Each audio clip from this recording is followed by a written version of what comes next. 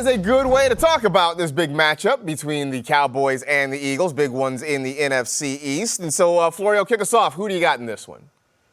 I'm being aware of the Cowboys, right? Like, I don't think they're just a straight sit. You play CD, you play Pickens, but the rest of them, like Dak, again, not a must sit, but if you have another option you like, I would take it because the Eagles have allowed the fewest passing touchdowns this season. They held them to under 200 yards and no touchdowns in week 1. And their defense is just getting better. Their pressure and sack rate have dramatically gone up in the last month. They have been really tough against running backs and tight ends. So same situation with Javonte and Jake Ferguson. I'm not telling you to just sit them for anyone on your bench. But if you're looking at your lineup and you're like, I do like this bench option this week, you could elevate them and put them in for your Cowboys in the really tough matchup. That's sort of how I'm feeling about Dallas Goedert. I'm suggesting beware. I mean, look, he's the tight end 6 overall, so it's hard to just straight up sit the guy. But understand that if he does not score a touchdown, the chances of him putting up a low number are pretty high.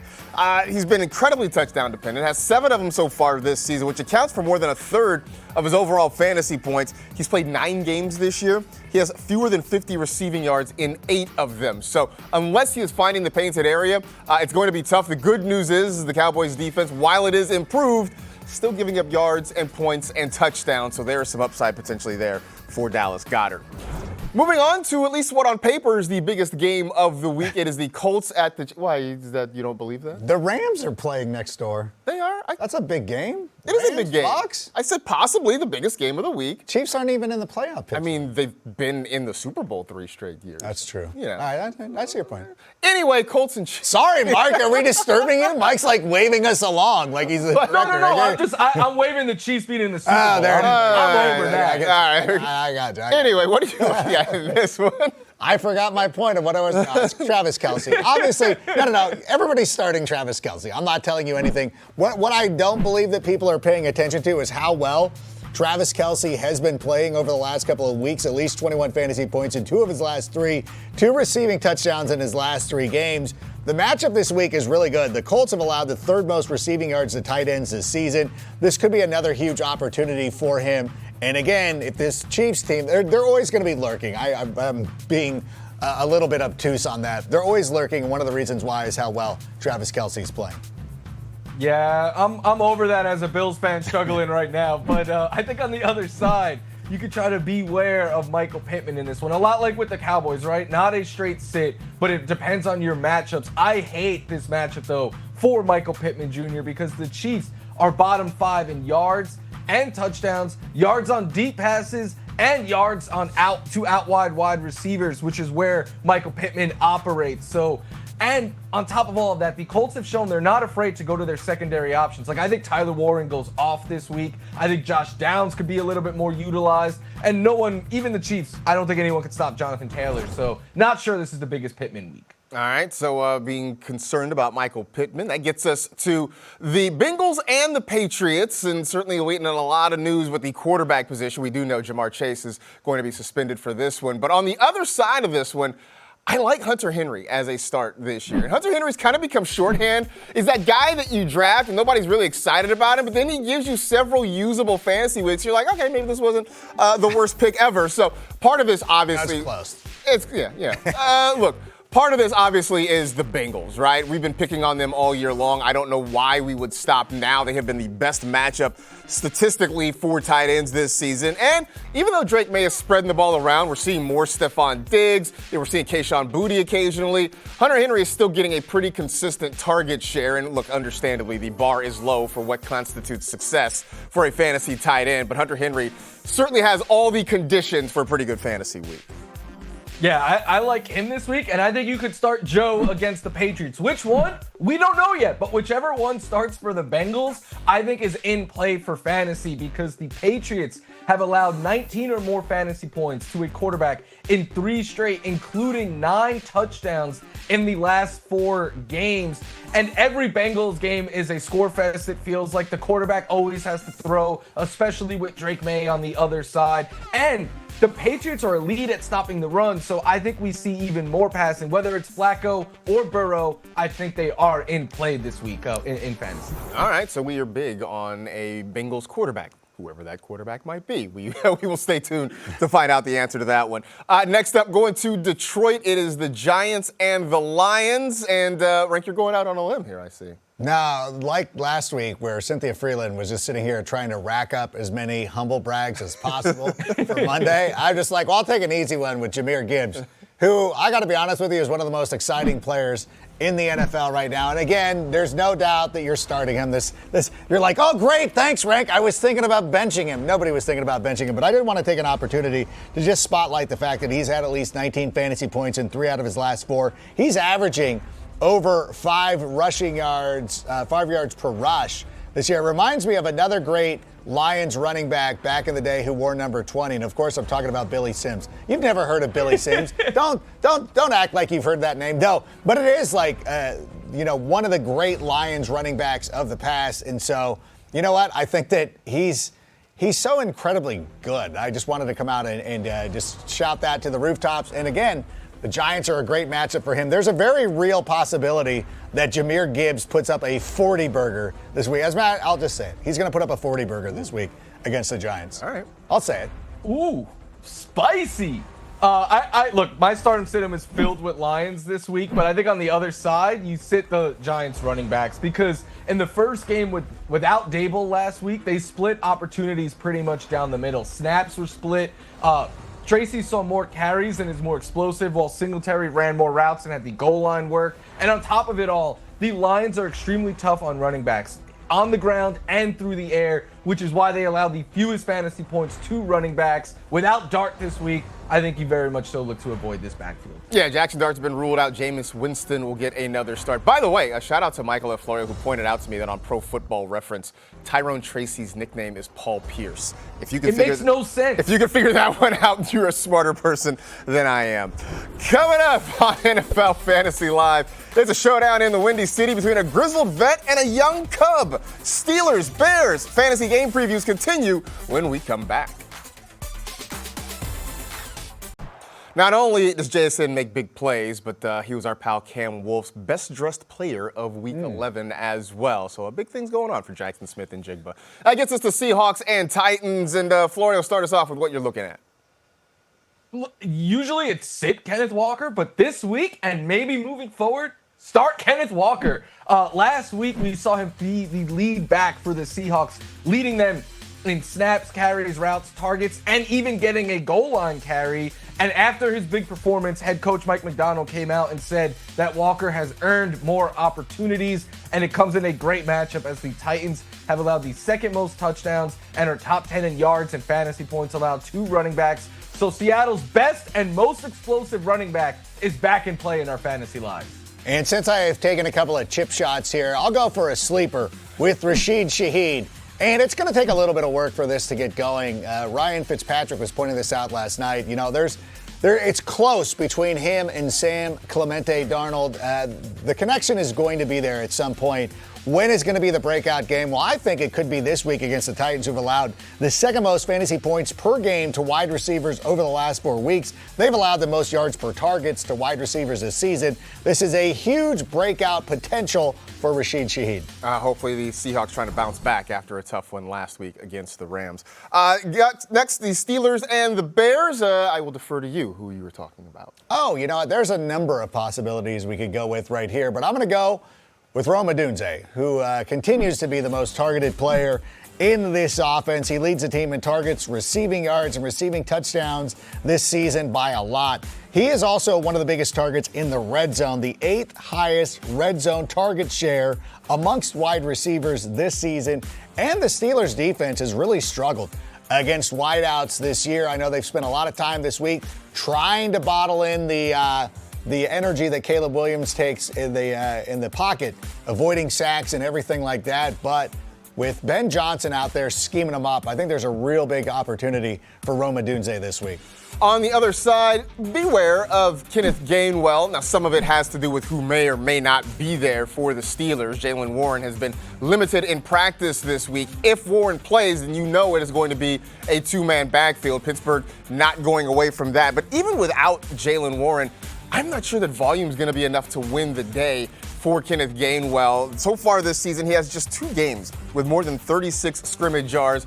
They're sort of middle of the pack when it comes to stopping fantasy running backs, but this potentially could be a lower scoring game and don't really love the outlook. And I say this as somebody who may have to start Kenneth Gainwell in a league this week, but not super excited about the potential for what he could do in fantasy. Get to an NFC North matchup between the Minnesota Vikings and the Green Bay Packers. And Florio, I admire your commitment to sticking with a guy who is really good, but is not having maybe his best season. Yeah, I think you should start Justin Jefferson, and before people at home are like, I know to start him, I'm also just highlighting him. Go trade for him. Today is the deadline in most NFL.com leagues. Trade for him today while you can, because he is the best wide receiver schedule in the fantasy playoffs. His last 4 games of the fantasy season, he gets the Commanders, the Cowboys, the Giants, and the Lions. I understand that people are really worried about him because right now he is the wide receiver 13 in overall points, and that is a down year for him. But buy low on his talent and the best wide receiver schedule and just hope that touchdown regression hits. If it does, he's going to win people championships. On the other side, I'm telling you to start the Packers defense. And some of it is about the Packers defense itself, but a lot of it is about the guy playing quarterback on the other side, because J.J. McCarthy, aside from a couple of quarters against the Bears and usually the script at the start of the game, the first 15 or so plays, he looks good. Beyond that, it just has been a struggle for McCarthy this year. He's been sacked 15 times in the 5 games he's played. He has at least 1 interception in every single game. Defenses are averaging about 10 fantasy points per game when McCarthy has started for Minnesota. So if you were on the fence about a defense or looking to stream, check and see if the Packers are out there, because I think they're a really good option for you coming up this week. So that actually gets us to Next Gen Nuggets with our own Next Gen Ken, a.k.a. researcher Kendall Mursky. And we gave our thoughts on that Vikings-Packers matchup, but Kendall, you took a little bit of a deeper look at it. Yeah, we got a lot of quarterbacks injured or on bye this week, so I figured some people could be looking for fill-in options. And ordinarily, I don't like to pick on the Vikings defense, but I really like how things line up for Jordan Love this week. The main reason is because of how much the Vikings blitz. They have a 47.7% blitz rate this season, which leads the NFL, and Jordan Love has been fantastic against the blitz all season. He ranks top 8 among quarterbacks in all of these metrics against the blitz, but most importantly, he's generated the 3rd most EPA per dropback against the blitz. Since week 7, the Vikings have allowed the 3rd most yards per pass attempt, and Jordan Love, he's scored at least 28 fantasy points in 2 of his last 3 games against the Vikings. So if he's someone who's somehow still floating around on your waiver wire, or he's one of your 2 quarterbacks, you know, the one that's on the bench and maybe your other one's on bye or injured, I think this is the week you got to confidently put him into your lineup. All right, as the Beatles once said, all you need is Jordan. Thank you, Kendall. Appreciate it. Time for some news updates in If You Know, You Know. We will start in Tampa, where Todd Bowles delivered some fantasy-worthy news. First up, Bucky Irving is officially out for Sunday's contest against the Rams. On the flip side, wide receiver Chris Godwin is trending toward making his return Sunday night at SoFi Stadium. Staying in the NFC, some tough news for those of you with Sam Laporta on your rosters. Dan Campbell spoke to reporters today, delivered the news that Laporta underwent surgery for a lingering back issue and is unlikely to return to the field this season. So, Florio, let's kind of dive into that a little bit. Obviously, if you have Sam Laporta, you had to make arrangements because he's been on IR for a little bit. But if you are the type to maybe stream tight ends, any suggestions for where people could go in the short term? As someone who has Sam Laporta on a few rosters, I had to stream weekly, and I'm going to have to. But Cade Otton, if he is out there, is a name that I like. Otton has double-digit fantasy points in 4 of his last 6 games. No Mike Evans. It's looking like Godwin is going to return, but I still expect Otton to be heavily involved for Baker there. And then on top of it, 4 of his 6 remaining games are against teams that are in the top 12 in fantasy points allowed to tight ends right now.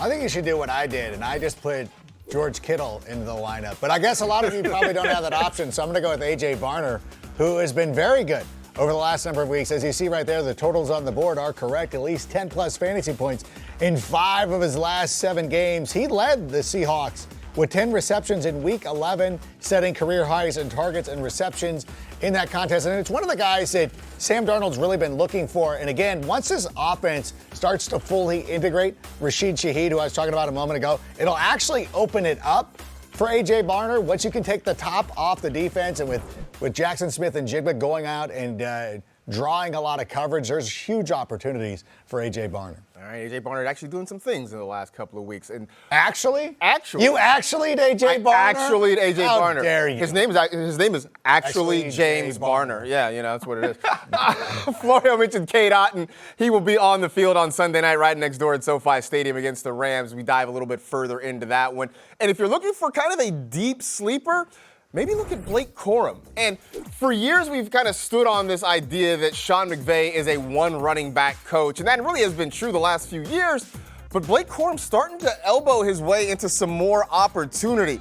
Over the last few weeks, since week 7, a 33% snap share, 40% of the rushing attempts, and seeing a lot of work inside the 5, about 45% of the rushing attempts when they get down near the goal line. So Kyren Williams still the RB1 here. Even though the matchup isn't necessarily the greatest on paper, there's still some opportunity, especially if the Rams get close, for Blake Corum to have some touchdown upside. I'd say, look, if you're in a 14-team or deeper league, I'd like him as a flex this week. Yeah, so you like the Rams backfield. I feel a little different about the Bucs backfield. I think you should beware of them in this matchup against the Rams. The Rams are just an elite run defense, right? Third fewest fantasy points per game allowed to running backs, just 3 touchdowns all year. And this is a game the Bucs could find themselves trailing.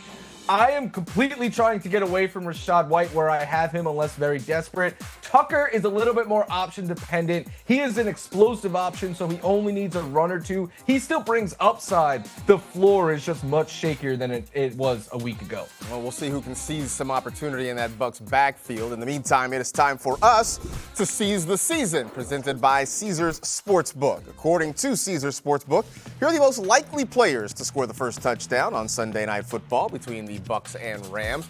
Kyren Williams, top of the list, followed by Davante Adams. Chances are if he does it, it'll be from around the 2-yard line or so. Puka Nacua, not too far behind him. Then you got Emeka Egbuka, Rachaad White, and Sean Tucker rounding it out. So if you were picking Florio, is it one of those guys? Is it maybe somebody off book? It's Davante Adams, who leads the NFL with 18 end zone targets. 10 of those have come, though, from 3 yards out or closer. I used to accuse Aaron Rodgers of being a goal line merchant, touchdown merchant, but it's Davante Adams that is actually the one. He leads the NFL in goal line touchdowns. In fact, he has twice as much as anyone else. Stafford also leads the NFL in goal line touchdown passes. So yeah, Kyren Williams will get him down the field, and Puka will as well, and then these two, they'll score like a 1-yard touchdown, and that'll be the first score. Davante Adams, the best closer in the league, apparently. New users can bet $1 to boost their next 20 bets by 100%. Must be 21 or older. See Caesars.com/promos for full terms. Welcome back to NFL Fantasy Live. If there is one thing that annoys fantasy enthusiasts, it's when Mark Andrews scores a touchdown, apparently. Welcome back. Adam Rank, Michael F. Florio, taking a look at the Ravens this week. I think they were comfortable starting Mark Andrews, but I really like Zay Flowers in this matchup this week. Zay Flowers has had 60-plus receiving yards in 4 consecutive games, at least 11 fantasy points in each of those 4 fixtures. The Jets have allowed 19-plus fantasy points to a receiver in 4 consecutive games, but some sad news there, Michael F. Both you and I, huge fans of Justin Fields. What do we do about the Jets quarterback position? I think Tyrod Taylor is a sleeper, right? For those in need of a deeper quarterback option, like many managers are this week, maybe in super flex. He's made 1 start this year where he threw for 200 yards, 2 touchdowns, and what I love, he ran for 48. I think he might be more efficient as a passer than Fields. How he dare will still you. run, but he's not going to give you what Fields gave you with his legs. But he could be in catch-up mode against his old team, the Ravens. So, again, this is just if you're going a little bit deeper, but I do think he is a sleeper this week for the Jets. Oh, a revenge game for Tyrod Taylor. And, of course, when the Browns and the Raiders get together, everybody thinks of the 1980 AFC Divisional Playoff game, Red Right 88, Brian Sipe and the Cardiac Kids losing to the then Oakland Raiders, I think. I don't know where the Raiders were playing right there. But when you look at this matchup, though, you think of the great Raiders defenses of the past. What are we doing here with the defense, Mike? Yeah, they're a must start, I think. On numerous shows this week, people have been like, what do you think the Browns offense is going to look like? I have no idea. I do think Shedeur has a lot of talent. but he hasn't had a lot of reps with the ones this season, and sacks have been an issue for him dating back to his college days. And as we saw last week, when you get pinned back a bit, it could lead to turnovers. I think Mad Max has himself a day, and you start the Raiders defense this week. You know, I do fear the Raiders defense, but I'm looking at how the Browns are going to attack this, and I imagine it's going to be Quinshon Judkins, which is why I'm going to start him this week, mostly because not a lot of great options out there, but he has had close to 70% of the team's rushing yards since week 12. 90% of his rushing yards have come after contact this season. That's fifth highest amongst running backs. The Raiders have allowed the 10th most rushing yards per game to running backs since week 7, so I don't necessarily love doing it, but I'm going to be starting Quinshon Judkins. One of the things I do love is professional wrestling, and Jacksonville has been a hotbed of professional wrestling for a long time, but this week, I don't know why they're going to take on the Arizona Cardinals. I don't know why I'm leading with this, although I once saw a Royal Rumble in Arizona. But let's talk about Jags, Cardinals. I like Jacoby Brissett. There it is.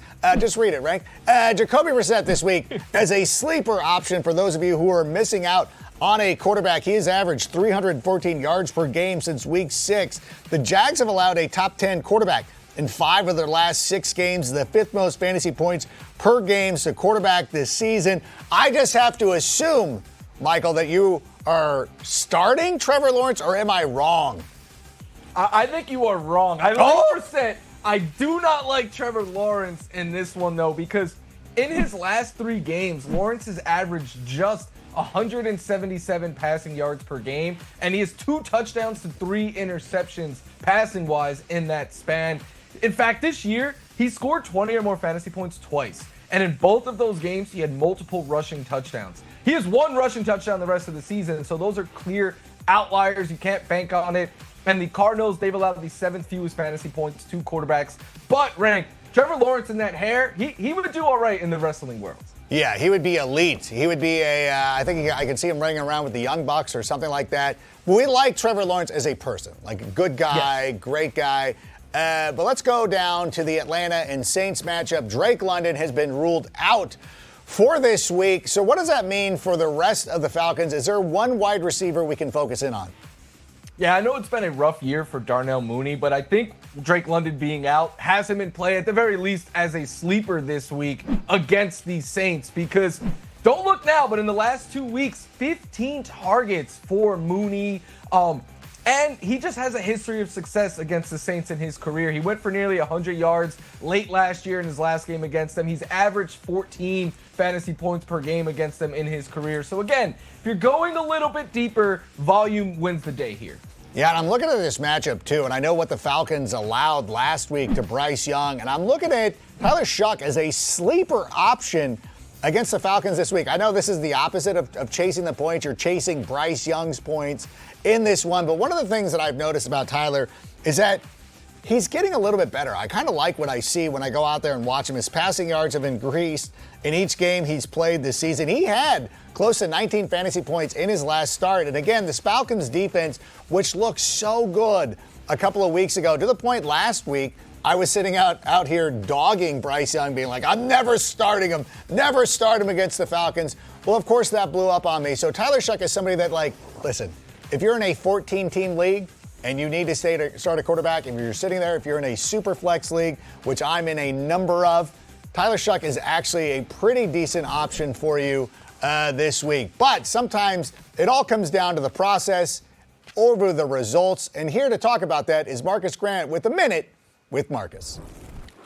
Thank you, Adam. Yes, the end of the fantasy regular season is fast approaching, which means there are only a few weeks left for you to either win your way into the main playoff tournament or slide into the consolation bracket, where if you win, you lose, but if you lose, you sort of win. I don't know. I never really figured that part out. Regardless, so far you have trusted the process. What is that process, you ask? Well, you are picking rosters on currently evaluated scoring success. Pretty straightforward. It's the reason you streamed Geno Smith in week 3. It's the reason you started Rico Dowdle over David Montgomery in week 6. But sometimes you throw process to the wind and simply cast your lot with the elites, the players you drafted highly. Through talent and sheer individual will, they will carry you to victory. But sometimes the defense wins. Don't believe me? Just ask all the people who started Josh Allen last night. Maybe your process is thinking outside of the box, like a taco chain that puts chicken strips in its burritos. Or maybe it's speed running to a championship with Jacoby Brissett. Wouldn't that be a story to tell? Or maybe your process is sticking with Josh Allen no matter what. Regardless of what method got you there, remain true to it through the end of the season. And also, if you could really explain to me how this consolation bracket thing works, I'd really appreciate it. That has been A Minute with Marcus. Thank you so much, Mark. Remain true